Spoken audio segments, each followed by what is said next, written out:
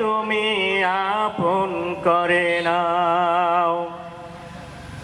পথহারা এক বান্দা তোমার, করছি মোনাজাত বারে বার। তোমার রহম দিয়ে আমার,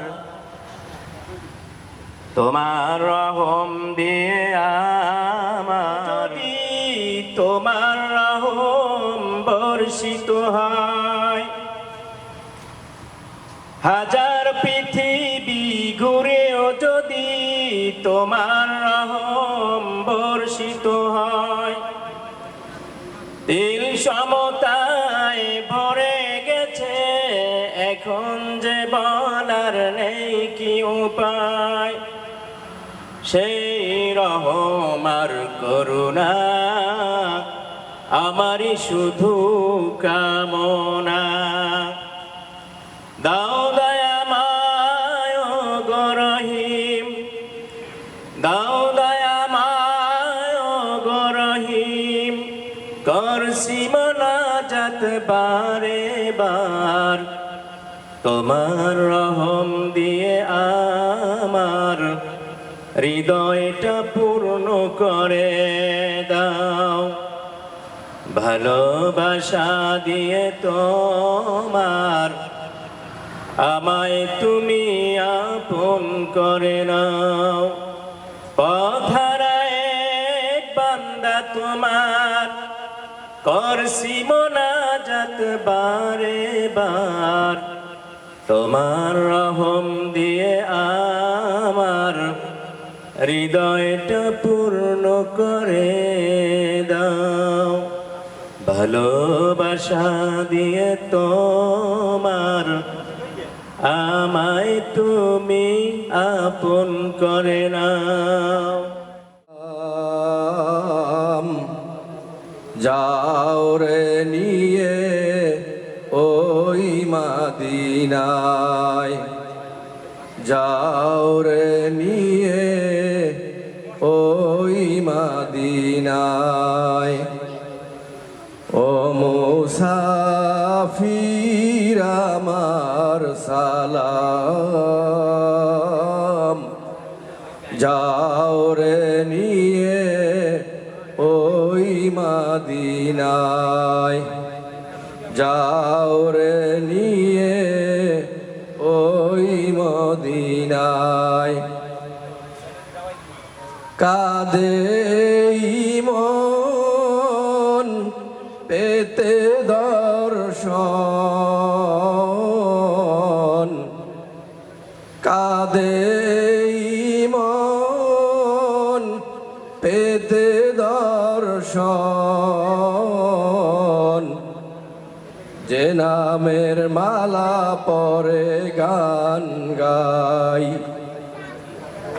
ও মুসাফির আমার সালাম,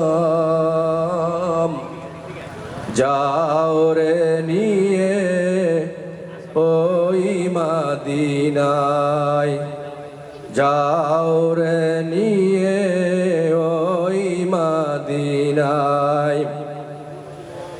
পারো যদি নিয়ে যাও সঙ্গে করে, এ বিরহ জ্বালাতন সয় না। দু চোখের জল শুধু যায় বয়ে যায়, খুঁজে ফিরে শুধু সেই ঠিকানা। পারো যদি নিয়ে যাও সঙ্গে করে, এ বিরহ জ্বালাতন সয় না। দু চোখের জল শুধু যায় বয়ে যায়, খুঁজে ফিরে শুধু সেই ঠিকানা। হৃদয়ে এঁকেছি ছবিটা যে তার, রয়েছি যে স্বপনের আঙিনা, হৃদয়ে কেছি ছবিটা যে তার, রয়েছি যে স্বপনের আঙিনা। ও মুসাফির আমার সালাম, যাও রে নিয়ে ওই মদিনায়, যাও রে নিয়ে ওই মদিনায়। পারি যদি মরতে জপে ওই নাম, ধন্য হবে এই জীবন। দোয়া করো মুসাফির জপে তার নাম, হয় যেন ও মোর মরণ। পারি যদি মরতে জপে ওই নাম, ধন্য হবে এই জীবন। দোয়া করো মুসাফির জপে তার নাম, হয় যেন মোর মরণ। আমি যে কত কি উম্মত তার, রয়েছি যে দিদারের অপেক্ষায়।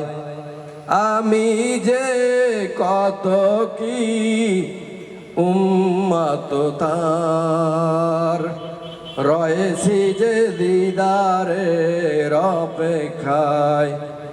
ও মুসাফির আমার সালাম, যাও রে নিয়ে ওই মদিনায়। আজকের মাহফিলের বিশেষ অতিথি জনাব হযরত মাওলানা মোহাম্মদ শামসুল হক সাহেব। জনাব হযরত মাওলানা মোহাম্মদ শামসুল হক সাহেব, আমি হযরতকে তার মূল্যবান বয়ান পেশ করার জন্য বিশেষভাবে অনুরোধ করছি।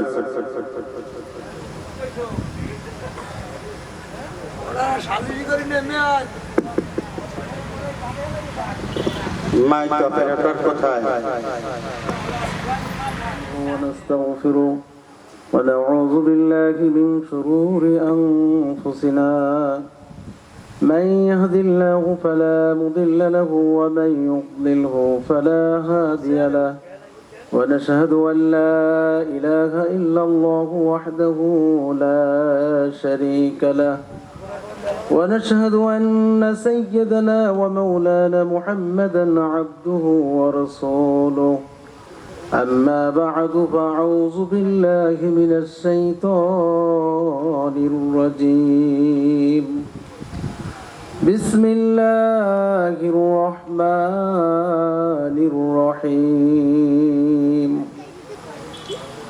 فأما من طغى وأثار الحياة الدنيا فإن الجحيم هي المأوى، وأما من خاف مقام ربه ونهى النفس عن الهوى فإن الجنة هي المأوى.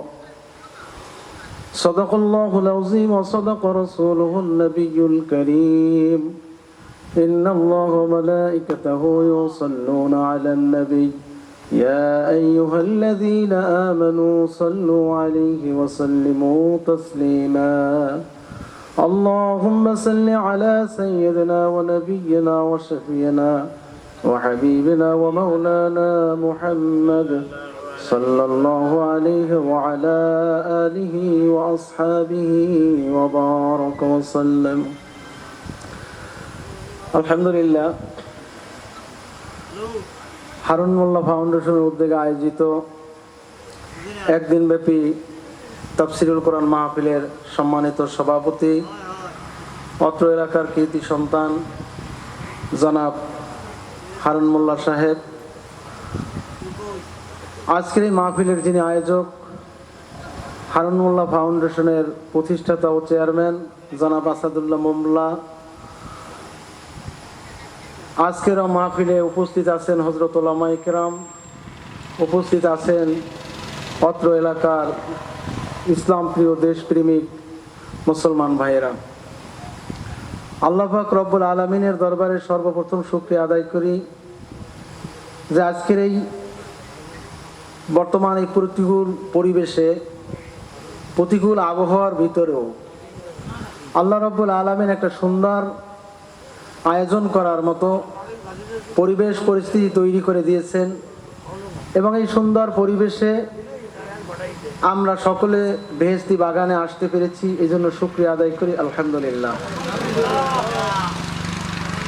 সম্মানিত উপস্থিতি, এই বছরে আমরা সকলেই জানি যে প্রতি বছর যেভাবে মাহফিল অনুষ্ঠিত হয় 2026 সালে সেভাবে মাহফিল অতটা হয় নাই, কারণ বিভিন্ন রকমের সমস্যা ছিল। এর ভিতরে একটা ছিল নির্বাচন।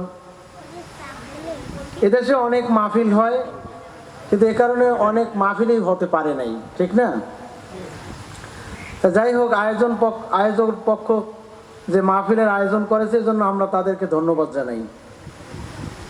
সম্মানিত উপস্থিতি, মাহফিল শুনলে একদল মানুষ খুব খুশি হয়, আর একদল মানুষের খুব গাত্রদাহ শুরু হয়। তারা বলে যে এত মাহফিলের কিসের প্রয়োজন? বলতে গেলে ঘরে ঘরে মোড়ে মোড়ে বিভিন্ন জায়গায় মাহফিলের আয়োজন করা হয়, এজন্য মাহফিল দেখলে অনেকে খুব অখুশি হয়ে যায়। কিন্তু আমি আপনাদের কাছে প্রশ্ন রাখতে চাই যে মানুষ যদি অসুস্থ হয় তার চিকিৎসার জন্য ডাক্তারের কাছে যাওয়ার প্রয়োজন আছে না নাই?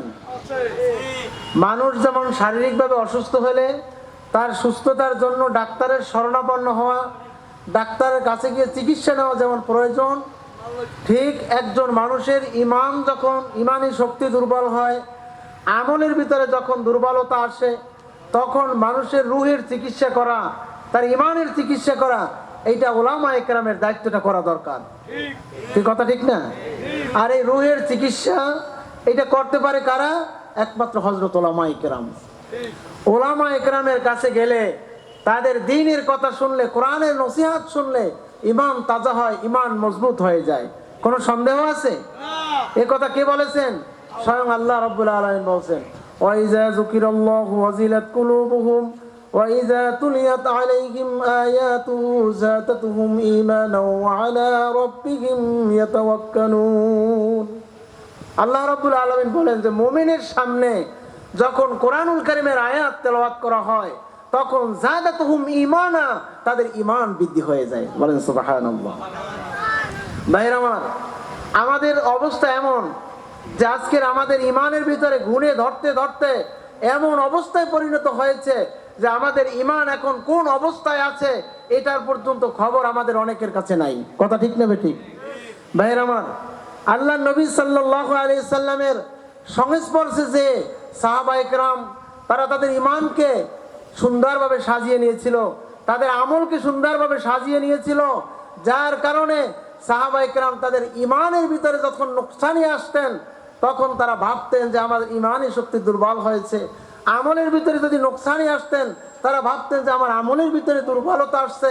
কিন্তু আমাদের ভিতরে দুনিয়ার ব্যাপারে ভাবনা আছে, দুনিয়ার ব্যাপারে আমাদের হিসাব নিকাশ আছে, কিন্তু আমাদের ঈমানের দুর্বলতা, আমলের দুর্বলতার ব্যাপারে আমাদের কোনো ভাবনা নেই। কথা ঠিক না বেঠিক? আল্লাহ নবীর সাহাবী হযরতে হানজালা রাদিয়াল্লাহু তাআলা আনহু, তিনি আল্লাহ নবীর একজন প্রিয় সাহাবী, যিনি উহুদের যুদ্ধের ময়দানে শাহাদাত বরণ করেছিল। হযরতে হানজালা রাদিয়াল্লাহু তাআলা আনহু একদিন বের হয়ে রাস্তা দিয়ে হাঁটতেছিলেন। হযরত আবু বকর রাদিয়াল্লাহু তাআলা আনহুর সাথে সাক্ষাৎ। হাদিসের ঘটনা শুনাইতেছি আমি।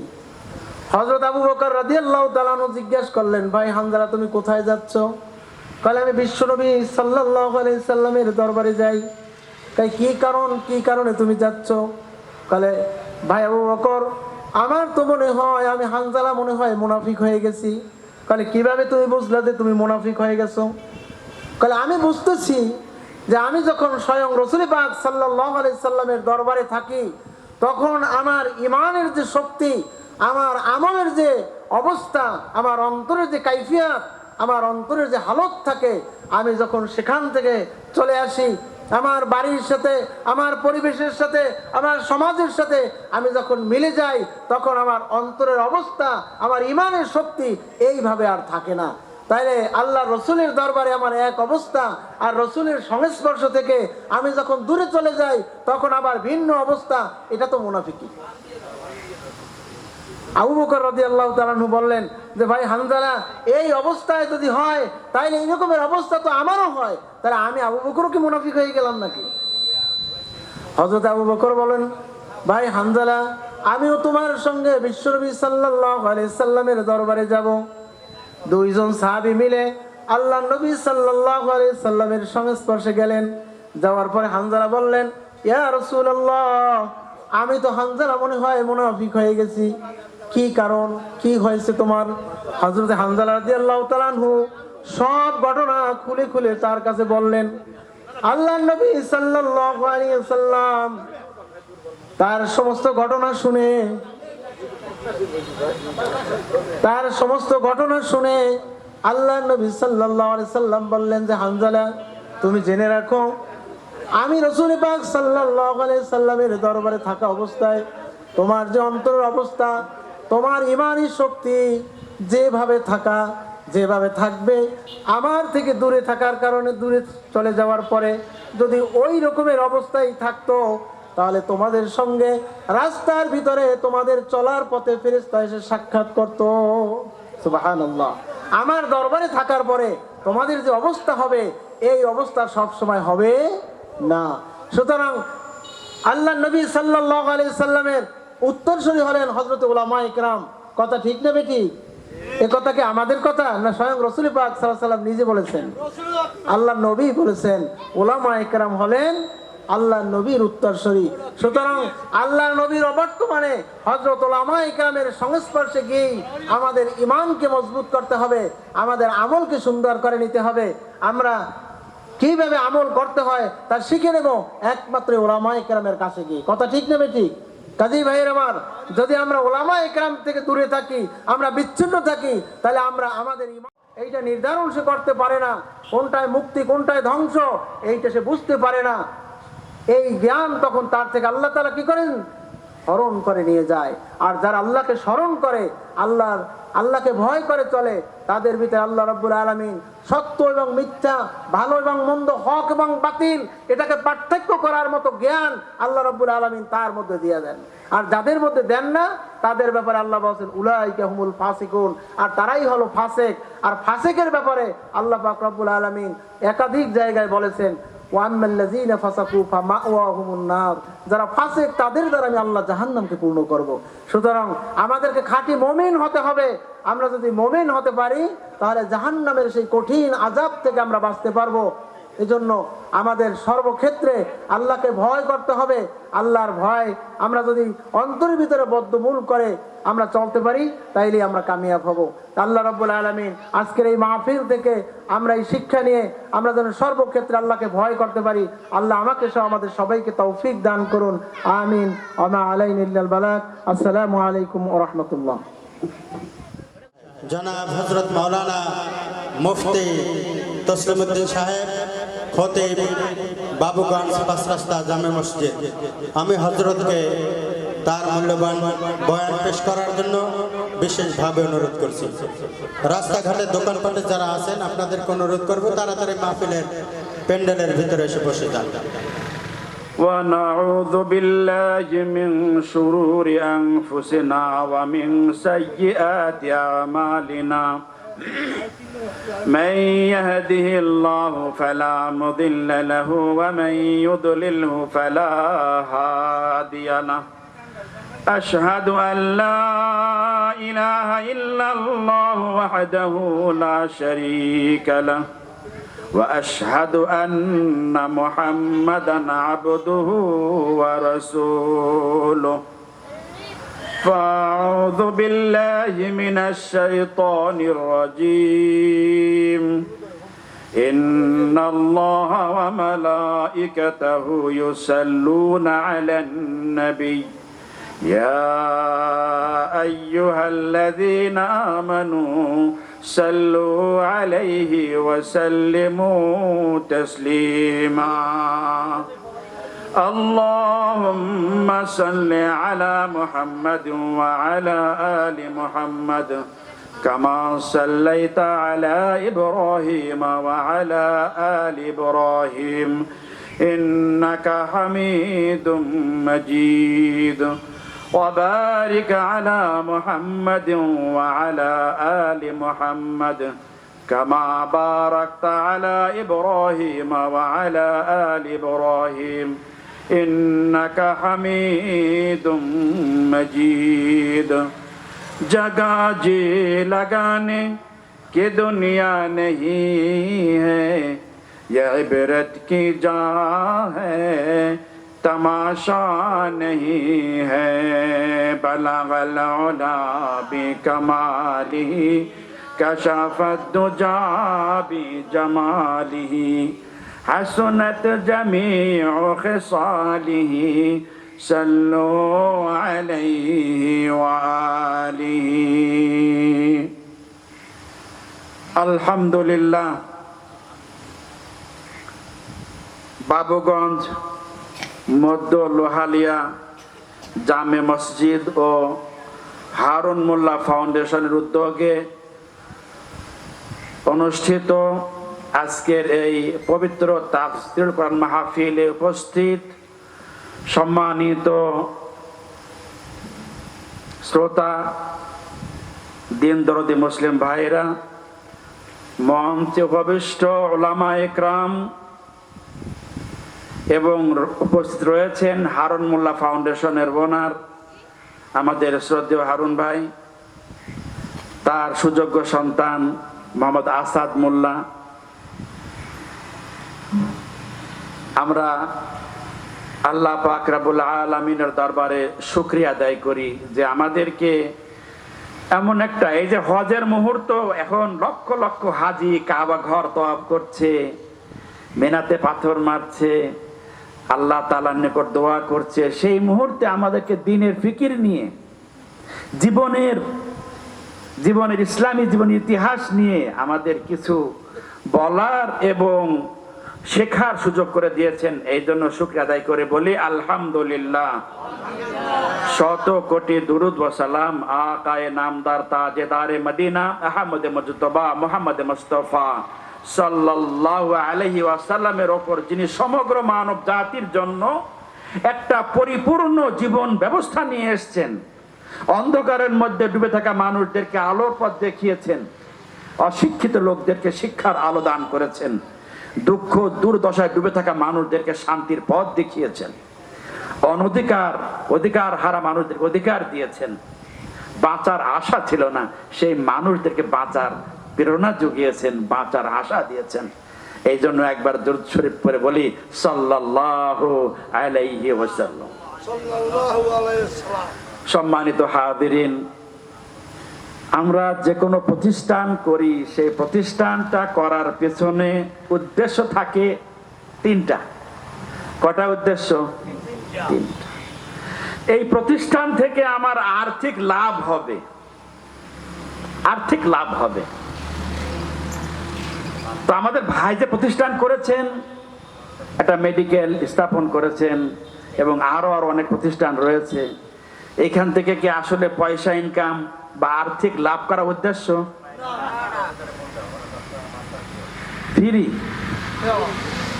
মানুষের বাহবা পাওয়ার উদ্দেশ্য, যে মানুষ ভালো বলবে, হ্যাঁ ভালো কাজ করেছেন, এরকম উদ্দেশ্য? রাজনৈতিক কোন লাভবান হওয়ার উদ্দেশ্য, যে আমি একজন নেতা হয়ে যাব, এরকম উদ্দেশ্য? এর তিনটার কোনটা উদ্দেশ্যই নেই। তাহলে দুনিয়ার যেই সম্পর্কের যেই কাজ, সেই কাজের কোনো উদ্দেশ্যই তার নাই। উদ্দেশ্য হলো যেটা আমরা সকলে জানি, সেটা হলো যে মানুষের সেবার মাধ্যমে আল্লাহ তাআলার সান্নিধ্য হাসিল করা। তা কি প্রত্যেকটা মানুষের অন্তঃস্থল থেকে দোয়া আসছে, এর দ্বারা কি হয়? সম্মানিত হাদিরিন, ভাগ্য কখনো পাল্টায় না, কিন্তু ভাগ্যের মধ্যে দুইটা জিনিস পরিবর্তন হয়, এটা কি জানি? এক নম্বরে হলো হায়াতের মধ্যে বৃদ্ধি পায় যখন মানুষ নিজের পরিবার এবং এলাকার মধ্যে ভালো কাজ করে, মানুষের অন্তরে শান্তি আসে, ওই শান্তির যেই একটা নাড়া ওইটা আল্লাহ তাআলার আরশ পর্যন্ত পৌঁছায়, তখন আল্লাহ তাআলা সেই ব্যক্তিটার হায়াতকে বাড়িয়ে দেন এবং সুস্থ জীবন দিয়ে দেন। সুবহানাল্লাহ। মানুষের জীবনে যদি কোনো বিপদ আপদ থাকে তাহলে পরে সেই বিপদ কাটে কিসে? সন্তান বিপদের মধ্যে পড়ে, বাবা মা হাত তুলে আল্লাহ তাআলার দরবারে যখন বলে যে হ্যাঁ আমার কলিজার টুকরা সন্তানকে আমার কোলে ফিরাইয়া দাও, আল্লাহ তাআলা সমস্ত বিপদ থেকে উদ্ধার করে সন্তানকে বাড়ি পর্যন্ত পৌঁছায় দেন। সুবহানাল্লাহ। ভাগ্যের এই দুইটা লেখা পাল্টে যায়, আর কোন ভাগ্যের লেখন কখনো খণ্ডানো যায় না। সম্মানিত হাজির, আমাদের এই জীবনের সম্মানের কোনো প্রয়োজন নেই। কেন? সব বুজুর্গি বর্জন তোমার এই যে ভবের দুয়ারে। বুজুর্গির তো সীমা হবে যখন যাবে কবরে। কবরে গেলে পারে তখন কি পাইলাম, কবর আমার সঙ্গে কেমন আচরণ করলো, এইটা হলো আসল, ঠিক না ঠিক? এখন আমরা কেউ বলতে পারবো যে আমি 100 বছর বাঁচবো? আছেন কেউ মাইকের আওয়াজ যতদূর পর্যন্ত পৌঁছায় একজন ব্যক্তি বলেন যে আমি 100 বছর বাঁচবো, আপনি আর মাত্র 1 মাস বাঁচবেন, এটা বলেন তো। অথচ আল্লাহ তাআলা বলছেন ইকতারাবা আলান নাসি হিসাবুহুম ওয়া হুম ফি গাফলাতিন মুরিদুন। মানুষের হিসাবের দিন তো অত্যন্ত নিকটবর্তী হয়ে আসছে, অথচ এই মানুষগুলো বেফিকির হয়ে ঘোরাফেরা করছে এবং তারা মুখ ফেরায় বসে আছে, কেমন যেন তারা কখনো মরবেই না, এমন কিছু করতে ব্যস্ত যে তাদের মরারও সময় নেই, মানে সে মরবেই। কিন্তু আসলে কি, ইযা জাআ আজালুহুম লা ইস্তাখিরুনা সাআতান ওয়া লা ইস্তাকদিমুন। যখন মৃত্যু আসবে 1 সেকেন্ড আগেও আসবে না, আবার 1 সেকেন্ড দেরিও করবে না। সম্মানিত হাজিরিন, সেই কথাটা মরণকে স্মরণ করাই হলো কি ঈমানের একদম প্রথম দাবি, মৃত্যুকে স্মরণ করা। আল্লাহ রাসূল বলেন আকসিরু যিকরা হাযিমিল লাযাত, যেই মৃত্যু তোমার জীবনের সমস্ত কিছু বন্ধ করে দেবে সেইটাকে তোমরা বেশি বেশি স্মরণ করো। একটা উদাহরণ দেই, আরবের বুকে একটা ফ্যামিলি ছিল, 7টা ভাই ছিল। তার বাবা উটের দুধ দোয়ায় রাখছেন, সন্তানেরা এসে পান করবে, কাজে গেছে। এখন ওই যে পাত্রের মধ্যে দুধ রেখে দিয়েছেন, বারান্দাতে উঠে সাপে ওর ভিতরে মুখ দিয়ে বিষ ছেড়েছে। 7টা সন্তান আসার পরে ওইখান থেকে গিলাসে গিলাসে করে বাড়িতে করে করে প্রত্যেকে দুধ খেয়েছে। আল্লাহু আকবার। বাবার সামনে 7টা সন্তান ছটফট করতে করতে মরতে আছে। ওই উজাকে ডাক দেয়, ও ওই উজাকে ডাক দেয়, ও আমক হুজুরকে ডাক দেয়, ঝাড়ফুঁক চলতে আছে। এখন তিনি আরবের বুকে কবিতা দিয়ে দুঃখ প্রকাশ করত, বলছেন কি, ওয়ালাউ আলিমাত তাবিবু দাওয়াদা ইয়ারুদ্দুল মাউত মা কাসান নিজা। তীর নিক্ষেপ করার পর সেই তীর যখন ফেরানো যায় না, ওই রকম ডাক্তার যত ওষুধ আনুক না কেন, এই মৃত্যু ফেরাইতে পারবে না। ওয়া ক্বাবলাকা দাওয়াত তাবিবুল মারিদা ফামাতাল মারিদ ওয়া মাতাত তাবিবু। তোমার আগে অনেক ডাক্তার রোগের চিকিৎসা করেছে, সেই ডাক্তারও মারা গেছে, রোগীও মারা গেছে। ওয়া ইযাল মানিয়াতুন শাতাদফারাহা আলফাইতা কুল্লা তামিম। যখন মৃত্যু চঙ্গল মারে বুকের উপরে, দুনিয়ার সমস্ত পীর সাহেবের তাবিজ গলায় ঝোলাই দিলে পারেও মৃত্যুকে ফেরাইতে পারবে না। ইযা জাআ আজালুহুম লা ইস্তাখিরুনা সাআতান ওয়া লা ইস্তাকদিমুন। যখন মৃত্যুর সময় হয়ে যাবে একটুও দেরি হবে না। ভাইরা আমার, এই যে কয়েকদিন আগে বাস ভর্তি মানুষ রোজার ঈদের সময় তারা বাড়িতে ফিরতে আছে, ফেরিতে উঠছে, বাসটা সামলাইতে পারে না, ব্রেক করতে পারে না, সামনে যায় অর্ধেক ডুবতে আছে। ওখানে সামনে দেখলাম পুরো বাসটা মাটির তলে চলে গেল। তারপরে জানলাম 52 জন যাত্রীর ভিতরে মাত্র 2 জন মানুষ বেঁচে আছে, আর সব চলে গেছে। 1 সেকেন্ডের ভরসা আছে, তারা বাঁচার জন্য চেষ্টা করছে না। ওয়াজাত সাকারাতুল মাউত বিল হক, মৃত্যু সত্য সত্যই আসবে। ওয়াযালিকা মা কুনতা মিনহু তাহির, এই মৃত্যুর থেকে তোমরা প্রত্যেকে বাঁচার চেষ্টা করো, কিন্তু বাঁচতে পারবে না। সম্মানিত হাজিরিন, মরার পরে জীবন শেষ। তাহলে পারে আমাদেরকে জানতে হবে আমার জীবনের মূল নীতিটা কি। বলবো, ইসলামী জীবনের মূল নীতি কয়টি যদি না জানেন তাহলে পরে মৃত্যুটাই হবে কি একটা কি মৃত্যু হবে আমার জন্য একটা ভয়ঙ্কর বিষয়। এই জন্য জীবনের মূল নীতি কয়টা যদি কেউ বলতে পারেন তাহলে পরে ভালো হয়। আছেন? তাহলে পরে শিখে রাখবো, জেনে রাখবো। ইসলামী জীবনের মূল নীতি হচ্ছে 3টা। কয়টা? আমি বলবো না কয়টা নীতি কি কি, আপনারাই বলবেন। খালি আমি আরেকটা প্রশ্ন করব, তাহলে পরে বলতে পারবেন। তাই তো আপনার জীবন শেষ হয়ে যাওয়ার পর যখন আপনাকে কবরের মধ্যে রাখা হবে, তখন কবরের মধ্যে আপনাকে জীবনের সেই 3টা প্রশ্ন আপনাকে করা হবে। কি পাইছে? এবার বলেন, এবার জীবনের মূল নীতি কয়টা? মার রাব্বুক, তোমার মালিক কে? আল্লাহ। ইন্নাল্লাযীনা ক্বালু রাব্বুনাল্লাহু সুম্মা ইসতাকামু তাতানাজ্জালু আলাইহিমুল মালায়েকাতু আল্লা তাখাফু ওয়া লা তাহজানু ওয়া আবশিরু বিল জান্নাতিল্লাতী কুনতুম তুআদুন। যদি আল্লাহ তাআলাকেই বিশ্বাস করে রাখতে পারো, মৃত্যু পর্যন্ত এই কথার পাটিকে থাকতে পারো, তাহলে পারে মৃত্যুর সময় তোমাকে ফেরেশতারা ইনভাইট করবে, জান্নাতের সুখবর দেবে। 1 নম্বরে কি?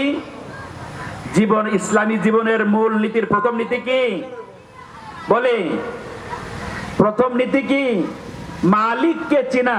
আমি যে দুনিয়াতে এসেছি, আমি চলাফেরা করছি, আমার পরিচালককে, আমার সৃষ্টিকর্তাকে, আমার মালিককে, আমাকে রিজিক কে দেয়, আমাকে বাঁচিয়ে রেখেছেন কি, আমি চলছি কার শক্তিতে, এটাকে চিনতে হবে। আমি যদি ব্যাখ্যা করি তাহলে সময় একটু লাগে বেশি, এই জন্য তখন বলার পরে বুঝে আসবে যে আমরা, আপনার অসুখ বিসুখ হইলে পারে আপনি ছাগল একটা নিয়ে কোন জায়গা যান? খানজানে বাজারে যান না? তা আপনি কি আল্লাহকে বিশ্বাস করছেন? বলে আমি তো খানজানে আল্লাহর জন্যই গেছি। খানজানে কি আল্লাহ থাকে? কি বলছেন? আল্লাহ তাআলার নিকট সাহায্য প্রার্থনা করে কিসের মাধ্যমে? বিসসাবরি ওয়াস সালাত, মসজিদে যাও, নামাজ পড়ো। তাহলে পারে 1 নম্বরে হচ্ছে আল্লাহ তাআলা যে আমার সৃষ্টিকর্তা, মালিক, আমার আল্লাহকে আগে চিনতে হবে। 2 নম্বর হচ্ছে যে আমার জীবনের শিক্ষক কে হবে? আমি একমাত্র শিক্ষক কাকে মনে করব? আমি যেই আল্লাহ তাআলাকে সন্তুষ্টর জন্য যে আমলগুলো করব, সেই আমলের শিক্ষক কে হবে? এইটা হলো আপনার 2য় মূল নীতি। এই নীতিটাকে সারা জীবন মনে রাখবো। আমার সঙ্গে আর জীবনে দেখা না হোক, এই কথাটা মনে রাখবো, অবশ্যই মনে রাখবো। এর মাঝখানে যা আসবে সব বাদ দিয়ে ফেলাই দেবো। একটা শিক্ষক রাখবো আমার জীবনে। আমি যে কোনো আমলের দ্বারা আল্লাহর সন্তুষ্ট অর্জন করতে চাবো। আমার শিক্ষককে নেতা কয়জন?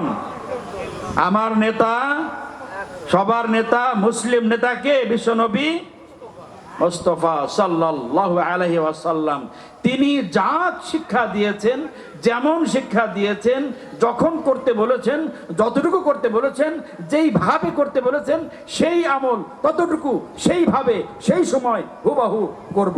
এর নাম হলো কি? আমল। যদি আল্লাহ রসুলের সঙ্গে না মেলে, আপনার অন্য কারোর সঙ্গে, দাদা হুজুর বাবা হুজুরের সঙ্গে মেলে, তাহলে পারে কিন্তু আপনার আমলটা কবুল হবে না। কে হুজুর হবে? আল্লাহ রসুল শিখায় নাই এমন আমল হুজুর শিখাইছে, এই আমল কবুল হবে না। যেমন ভাবে করছি তেমন ভাবে আল্লাহ রসুল বলে নাই, হুজুরে বলছে, আমল হবে না। আপনারা বলেন হবে? ওই যে কবরে গেলে পারে কিন্তু প্রশ্ন করা, তোমার দিন কি? ইসলাম। ইসলাম কি? যা আল্লাহ রসুল নিয়ে আসছেন। প্রশ্ন করে, মা করাতা ফিদ দুনিয়া, তুমি দুনিয়ার বুকে কোন কিতাবের আইন মেনে চলেছো? তোমার জীবনে, তোমার পরিবারে, তোমার সমাজের মধ্যে, তোমার দেশের মধ্যে তুমি কোন আইন নিয়ে চিন্তা করেছো? তুমি কোন আইন নিয়ে পরিচালনা করেছো? সম্মানিত হাজিরিন, একটা প্রশ্ন করি।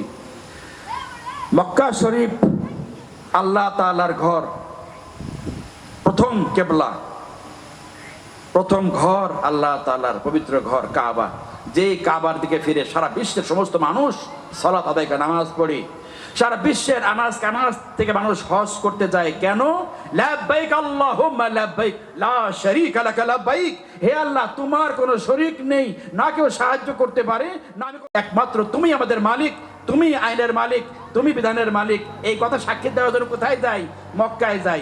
এই ঘরটার থেকে আল্লাহ রাসূল সাল্লাল্লাহু আলাইহি ওয়াসাল্লাম বের হয়ে গেছিলেন শত্রুর ভয়ে, আল্লাহর নির্দেশে। কোথায় গিয়েছিলেন? মদিনাতে গিয়েছেন। মদিনা থাকেন নাই, থাকছেন পরে। এই ঘরটাকে কিভাবে উদ্ধার করা যায় সেই জন্য চেষ্টা করছে না? আল্লাহ রসুল আসছেন, আসার পরে মক্কার লোকদেরকে বলছেন, তোমরা আমার ঘরটা দিয়ে দাও, আর দিয়ে দিছে নাকি? কি করছে বলেন? কি করছে? 11,000 নাকি 11,000 মুসলিম নিয়ে তারপরে সেই দখল করার জন্য আসছেন আল্লাহর ঘর। আমরা শক্তি দিয়ে দখল করব, মুসলমান কুমানা। আল্লাহর পক্ষ থেকে নির্দেশ হয়ে গেল। আল্লাহ রাসূল জানাই দিলেন যে হজ করতে সময় কেউ হাতটাকে চাদরের ভিতরে রাখবে না, চাদরের বাইরে রাখতে হবে। কি হতো? ঠিক না বেটি? কি করবে? ইস্তেবা করতে হবে, হাত বাইরে রাখবে, সারা বিশ্বকে দেখাই দেবে আমরা হাত বন্ধ করে নেই, হাত খুলে রেখেছি। মুসলমান শক্তির নাম, ইসলাম শক্তির নাম, মুসলমান বাহাদুরের নাম। মুসলমান পলায় থাকার জিনিস না। কাজেই মক্কা দখল করছি আল্লাহ তাআলার সাহায্যে এবং শক্তি দিয়ে। ভাই, আজকে কলকাতায় দেখেন কি অবস্থা। একটা মুসলমানের দোকান, মুসলমান দোকান থাকবে না, মুসলমানের মসজিদ থাকবে না, এমন ভাবে কোপায় কোপায় কাটে মুসলমানদেরকে। কেন? শক্তি নাই। বাংলাদেশও এই অবস্থা খুব তাড়াতাড়ি হবে, তখন চিৎকার করে কোনো কাজ হবে না। সময় থাকতে মানা, হুঁশিয়ার, সাবধান। কোন রাজনীতি বলতেছে না, আমি বাঁচার কথা বলতে আসি। মুসলমান হিসেবে বাঁচতে চাইলে পারে শক্তি থাকতে হবে, ঐক্য থাকতে হবে, সবাইকে একভাবে ইসলাম নিয়ে আমাদের সামনে বাড়তে হবে। যে কোনো ভাবে হোক না কেন, মুসলিম শক্তিশালী হতে হবে, নাইলে পারে ঘর রক্ষা করা যাবে না। আপনি মনে করেন কি অত চিন্তা বাদ দিয়ে আমি বাঁচতে যথেষ্ট, কবরে যাওয়ার পরে কি হবে প্রশ্ন করবে না? মায়াদিন, তোমার দিন কি ছিল? দুনিয়া তুমি কোন কিতাব রক্ষা করেছো? কোন আইন মেনে চলেছো? বল ধর্ম নিরপেক্ষ মানছি, ব্রিটিশ আইন মানছি। লজ্জা করে নাই? কবরের ভেতরে এমন বাটাম দেবে, সরবানুর হুজুর বলে যে 70 গজ নিচে ডেবে যাবে, আবার তুলে নিয়ে আসবে, আবার কোপাবে। এই জন্য বললাম জীবনের গল্প, জীবনের 3টা মূলনীতি আমাকে দুনিয়ার থেকে ঠিক করতে হবে। এরপরে যদি প্রত্যেকটা কাজে কর্মে আল্লাহ রসুলকে রাখি, তাহলে পারে আমি কবরের ভিতরে আমি বলতে পারবো যে হাযা নবিয়ুনা মুহাম্মদ সাল্লাল্লাহু আলাইহি ওয়াসাল্লাম। সম্মানিত হাজিরিন, বুঝে আসছে? আমরা মনে করি কি ইসলামটা হচ্ছে একটা ব্যবহারের জিনিস। মন খারাপ করা যাবে না, সত্যকে না বলবেন, আপনার বাসায় যাই গল্প করবেন, বন্ধুকে গল্প করবেন যে কথা একটা শুনছি। আজকে আমাদের সমাজটা হয়ে গেছে একটা ফেলানো ইসলাম। ইসলাম কি? ফেলানো। তাহলে তোমাকে আজকে আমি 50 টাকা দেব। তো ও শিখলো যে কাজ করে পয়সা ইনকাম করা যায়। আমাদের বাংলাদেশে বুঝে আসবে না, জাপানে চলে যান, আমেরিকা চলে যান, স্কুলের পোলাপান হাত খরচ করে কাজ করে। আমাদের সন্তানদেরকে আমরা যোগ্য বানাবো, সেজন্য কখনো কারো কাছে হাত না পাতে, এটা ইসলাম শিক্ষা দিয়েছে। সন্তানকে দায়িত্বশীল বানাবো, যেন আমি অসুস্থ হলে পরে আমাকে নিয়ে দৌড়াদৌড়ি করতে পারে, তাকে দায়িত্বশীল বানাবো এবং সৎ বানাবো। সেজন্য কখনো আমার মাথা না খায়, আমার অপমান না হয়, সেজন্য সৎ হয়ে আমার সম্মান রক্ষা করতে পারে। এই জন্য সৎ, যোগ্য এবং দায়িত্বশীল, এটা হলো একটা মুসলিম পরিবারের সদস্যদের গুণ, প্রতিটি মুসলমানের গুণ।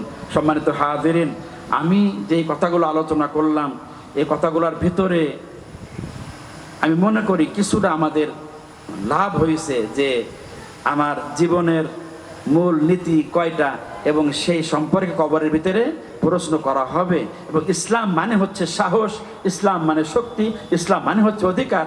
অধিকার না থাকে আপনি ইসলাম মানতেই পারবেন না, আপনাকে মানতে দেবে না। এই জন্য আপনাকে যে কোনোভাবেই আপনার সম্মান এবং আপনার ঘর ইসলামকে রক্ষা করতে হবে। আল্লাহ রাব্বুল আলামিন আমাদের প্রত্যেককে এই ইসলামের জন্য কাজ করার তৌফিক দান করুক। আমিন। ওয়া আখির দাওয়ানা আলহামদুলিল্লাহি রাব্বিল আলামিন। مخبرا وآمرا إن الله وملائكته يصلون على النبي يا أيها الذين آمنوا صلوا عليه وسلموا تسليما اللهم صل على سيدنا ونبينا وشفيعنا وحبيبنا مولانا محمد صلى الله عليه وعلى آله وصحبه وبارك وسلم اللهم صل على سيدنا ونبينا وشفيعنا وحبيبنا ومولانا محمد صلى الله عليه وعلى آله وصحبه وبارك وسلم اللهم صل على سيدنا ونبينا وشفيعنا وحبيبنا مولانا محمد صلى الله عليه وعلى آله وصحبه وبارك وسلم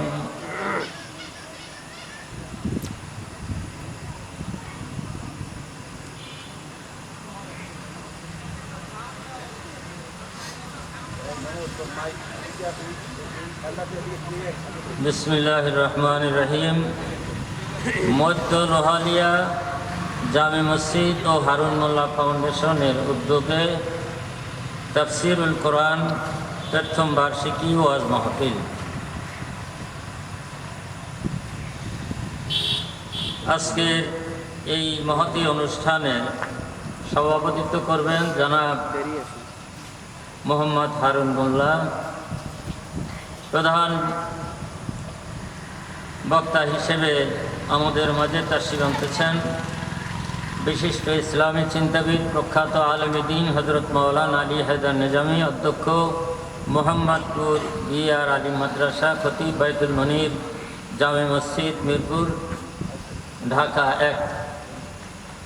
বিশেষ অতিথি বিশিষ্ট ইসলামী চিন্তাবিদ, নন্দিত মুফাসসির হযরত মাওলানা কাউসার হামিদি, আরবি প্রভাষক, চরকাউ আহমদিয়া ফাজিল মাদ্রাসা।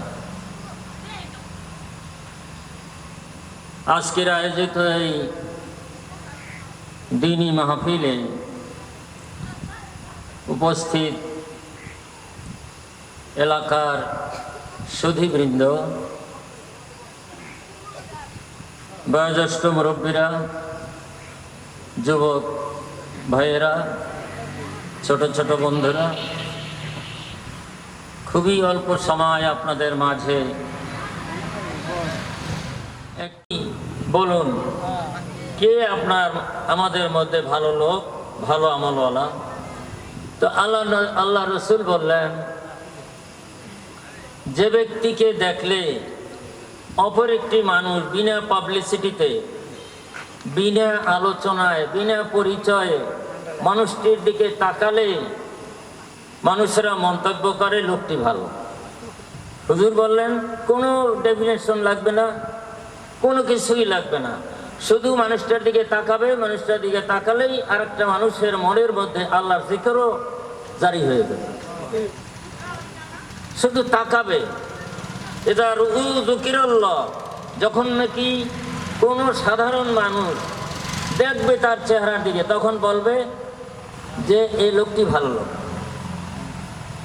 বর্তমান এই যুগটি এমন একটি বিষাদময় জীবন, যেই জীবনে এখন এই ছোটখাটো ভাবে, এই ছোট ছোট যুক্তি তর্কে বিতর্কে কোনো মানুষকে গুছাই আনা মহাবিপদ। এত বিচ্ছিন্ন, এত বিভেদ, এত ডিবেট, এত আলোচনা, এত সমালোচনা। একজন কোনোখান থেকে কথা বললে কিছুক্ষণ পরেই সেটার মধ্যে কোথায় ত্রুটি পাওয়া যায় সেটা আবার আরেকজন তার বিরুদ্ধে লিখতে পারে, বলতে পারে, ফেসবুকে দিতে পারে, আলোচনা করতে পারে। আসলে আল্লাহ নবী যখন ছিলেন তখন তিনি যে মাদ্রাসাটা করছিলেন সেই মাদ্রাসাটি ছিল দারুল আরকাম, যেই মাদ্রাসার সামনে গিয়ে হযরত ওমর ফারুক রাদিয়াল্লাহু তাআলা আনহু ইসলাম গ্রহণ করেছেন। এখনো আছে, আল্লাহর ইচ্ছায় ঘাবড়াবার কারণ নাই। এত সকালে কিয়ামত হবে না, কিন্তু আল্লাহ রসুল বলছেন একটা মানুষ যতদিন পর্যন্ত আল্লাহ শব্দ এই জমিনে বসে উচ্চারণ করার মানুষ থাকবে ততদিনে এই দুনিয়াটা ধ্বংস হবে না।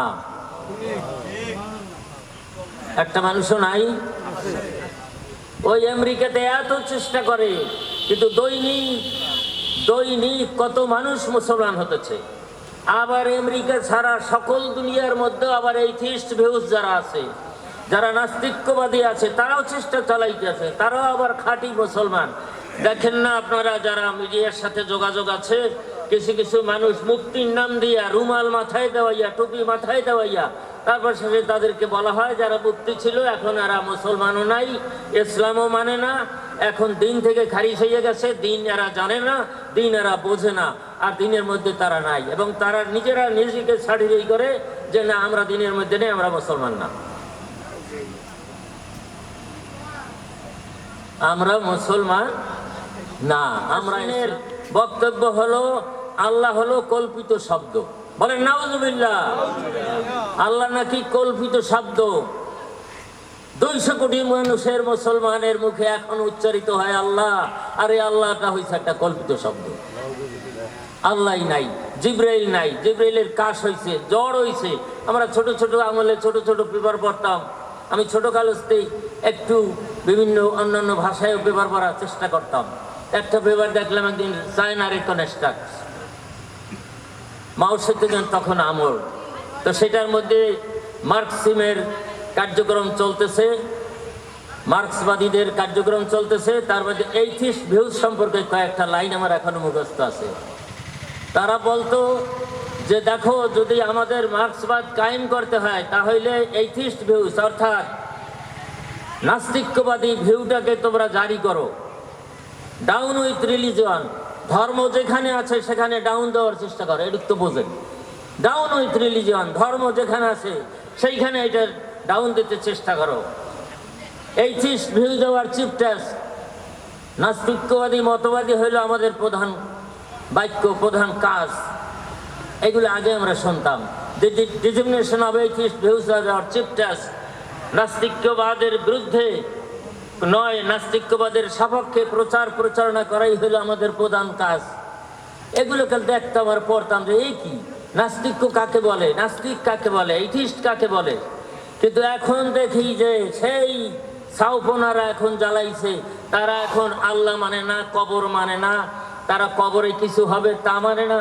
আর আমরা ছোটবেলা থেকে পড়ে আসলাম কি, আমানতু বিল্লাহি ওয়া মালাইকাতিহি ওয়া কুতুবিহি ওয়া রুসুলিহি ওয়াল ইয়াউমিল আখির।